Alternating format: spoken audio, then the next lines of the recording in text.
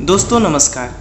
जैसा कि आप देख रहे हैं कि लॉकडाउन का समय चल रहा है और सभी अपने घरों में हैं और सभी को दूसरा काम करने के लिए मना किया गया है, लेकिन जो जहां है वो पढ़ाई करने के लिए कोई मना नहीं किया है। आप ऑनलाइन ऑफलाइन या कैसे भी आप पढ़ते रहिए, घर वाले भी सपोर्ट कर रहे हैं और आपका मन भी स्थिर होना चाहिए क्योंकि कहीं जाना तो है नहीं। ठीक है, तो लॉकडाउन कंटिन्यू बढ़ता चला जा रहा है और इस बीच आप बैठ के पढ़ते रहिए।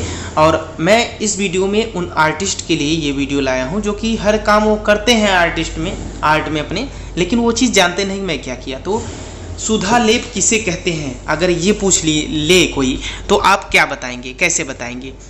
इन सभी जैसे वैंडल गार्ड, सुधा लेप, बहुत सारी चीज़ें हैं जो कि आप करते हैं, जानते हैं, लेकिन उसे समझते नहीं कि ये चीज़ यही है। ठीक है, तो उन सारी फैक्ट को इस वीडियो में लाया गया है। ठीक है, आइए देखते हैं। सुधा लेप जो है वो शंख को पहले जला दिया जाता था, फिर बारीक पीस कर इसके चूर्ण के 1/2 भाग को यानी आधे भाग को सीरे और मांस की दाल में भिगो दिया जाता था और 1/4 भाग रेत को उबाले हुए कच्चे केले के मिक्सचर में घोट लिया जाता था। और कई दिनों तक ये मुगल काल के समय में ऐसा होता था, कई दिनों तक इस मिश्रण को घोटा जाता था। इस मिश्रण से, और पटना के समय में भी होता था, तो इस मिश्रण से घोटे से भाग को लेकर ग्रेनाइट पत्थर पर रखकर सीरे के घोल के छींटे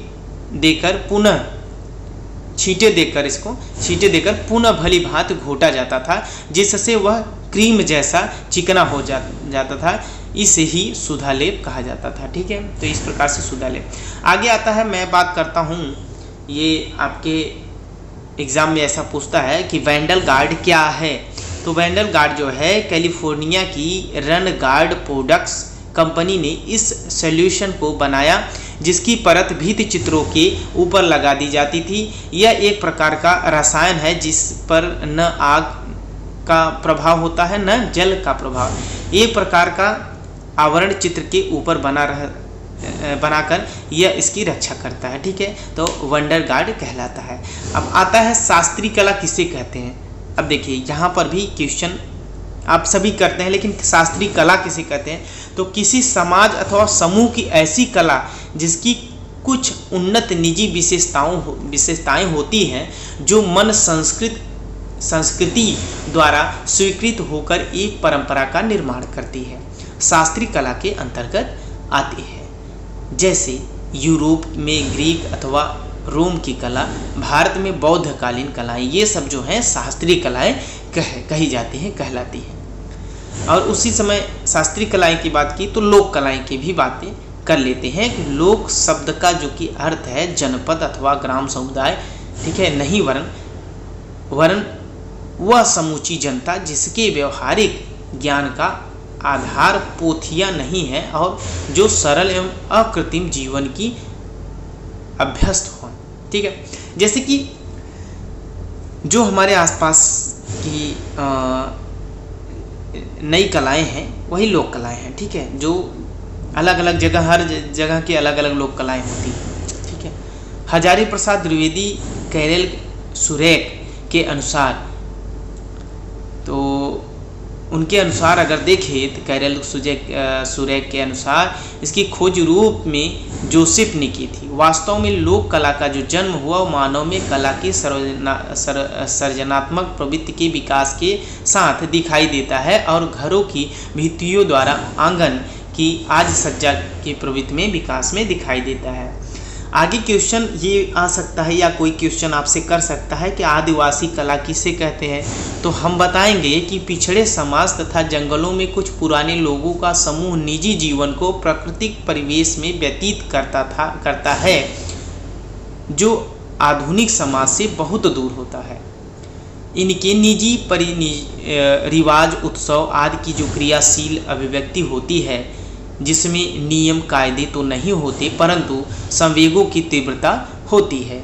इनकी परंपराओं से जुड़ी कलाकृतियाँ आदिवासी कला अथवा ट्राइबल आर्ट के अंतर्गत आती है। अब यहाँ पे आपको मालूम हो गया कि ट्राइबल आर्ट क्या होता है। अब पॉइंट की बात करते हैं, यानी बिंदु की बात करते हैं, जो बिंदु की बात करते हैं, एक छोटी सी बिंदु चित्र का आरंभिक तत्व बिंदु होता है जिसके अभाव से अंतराल शून्य रहता है। बिंदु की कोई लंबाई, चौड़ाई अथवा मोटाई नहीं होती, यदि होती भी तो वह अति सूक्ष्म होती, वर्ण अथवा एक स्थित होती। छोटे छोटे बिंदुओं को पास पास लगाने से रूप का निर्माण होता है तथा एक ही सीध में लगाने पर रेखा बनती है। ठीक है, ये बहुत इम्पोर्टेंट है, बिंदु क्वेश्चन आता है टीजीटी पीजीटी नेट में भी ये क्वेश्चन इम्पोर्टेंट है। ठीक है, और प्रकाश छाया, तो लाइट एंड शेड जो होता है, इसकी बात करें किसी चित्र में क्या योगदान है लाइट और छाया का, तो बहुत बड़ा योगदान है। वो क्या योगदान है इस वीडियो में देखते हैं। प्रकाश एवं छाया का किसी भी चित्र में एक महत्वपूर्ण रोल होता है, क्योंकि द्वियामी धरातल पर प्रकाश एवं छाया के माध्यम से त्रियामी प्रभाव उत्पन्न किया जाता है, जिससे यथार्थ शैली विकसित होती है। और पाश्चात्य कला में इसका बहुत सुंदर प्रयोग हुआ है, जबकि भारतीय परंपरा एवं शास्त्रीय कला काल्पनिक होने के कारण काफ़ी हद तक इसे दूर रही इससे। ठीक है, अमृतमांडीय कला यानी सिरेमिक आर्ट किसे कहते हैं, तो मृतमांडी यानी सिरेमिक आर्ट जो होता है, इसके बारे में देखें तो यह सबसे प्राचीन कला है। मृतमांडी कला यानी सिरेमिक कला जो है सबसे प्राचीन कला है, जिसमें उपादेयता की प्रमुखता है। स्थापत्य कला की भांति यह ठोस न होकर त्रिमापीय कला है। मिट्टी के द्वारा बर्तन अथवा आकृतियाँ बनाने की यह कला मूर्तिकला के समान है, जिसमें लंबाई, चौड़ाई एवं मोटाई होती है। इस कला में 4 क्रियाएं होती हैं। पहला, मिट्टी तैयार करना। दूसरा, इच्छित आकार माने अपने अनुसार उस पर आकार प्रदान करना। तीसरा, आग के माध्यम से पकाना, उसे ठोस बनाना, पकाना, मजबूत बनाना। और चौथा, आवश्यकता अनुसार अपना रंग भरना। ठीक है, जिसमें घड़ा और सुराही ये सब तैयार होता है उसी तरीके से। अब चीनी स्याही क्या है, चीनी स्याही के बारे में भी आपको जानकारी होनी चाहिए। जैसा कि नाम से ज्ञात होता है कि चीनी स्याही यानी पूर्वी देश चीन की कला से प्रयुक्त स्याही, जिसे कार्बन और गोंद को मिलाकर तैयार किया जाता है। कभी कभी इसमें सीप का पाउडर भी मिला दिया जाता है। इस स्याही की मिट्टी जो टिक्की तैयार की जाती है, उसे पत्थर पर घिसकर तरल रूप तैयार किया जाता है। धरातल के रूप में इसके लिए सिल्क तथा कागज का प्रयोग किया जाता है। अब प्राथमिक रंगतें कौन सी होती हैं, तो पीला, नीला, लाल, यानी लाल, पीला, नीला, जिसे हम जल्दी में याद करते हैं लाल, नीला, पीला, लाल, पीला, नीला। ठीक है, तो पृथ्वी से पीला रंग, पृथ्वी से पीला रंग, आसमान से नीला रंग और सूर्य से लाल रंग। इस प्रकार से लाल, पीला, नीला ये प्राथमिक रंग हैं। इन तीनों रंगों के मिश्रण से अनगिनत रंग तैयार होते हैं। ठीक है, ये प्राथमिक रंग है, द्वितीयक रंग, तृतीयक रंग, ऐसे इन्हीं सभी के मिक्सचर से तैयार होते हैं। आधुनिक कला किसे कहते हैं, तो आधुनिक कला जो कि आप जानते हैं कि हर समय का जो कला रहती है वो आधुनिक कला रहती है। इस समय की जो मॉडर्न आर्ट है जिसे आधुनिक कला कहते हैं, तो वो आधुनिक कला है कि लेकिन हर समय में जो भी कला चलती थी वो आधुनिक कला कही जाती थी। प्रत्येक कला अपने समय में आधुनिक रही है।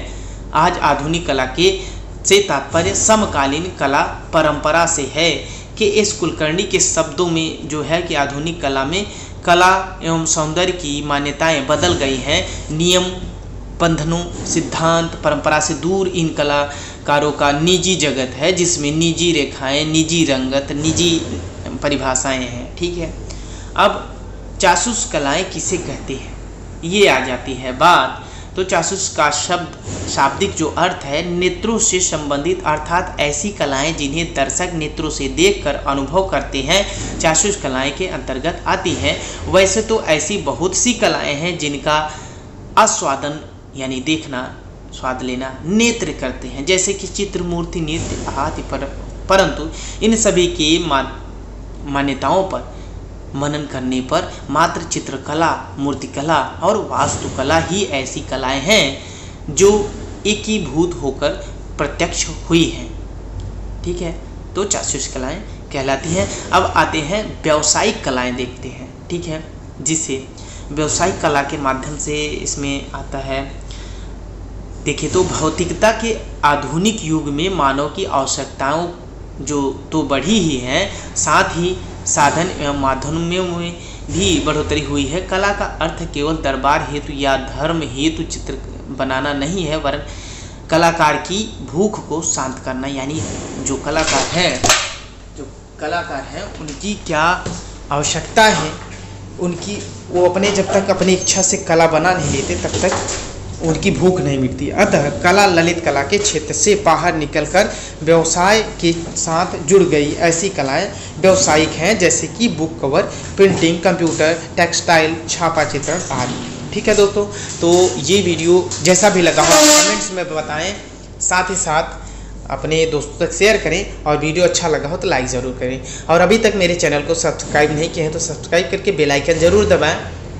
Thank you for watching my video.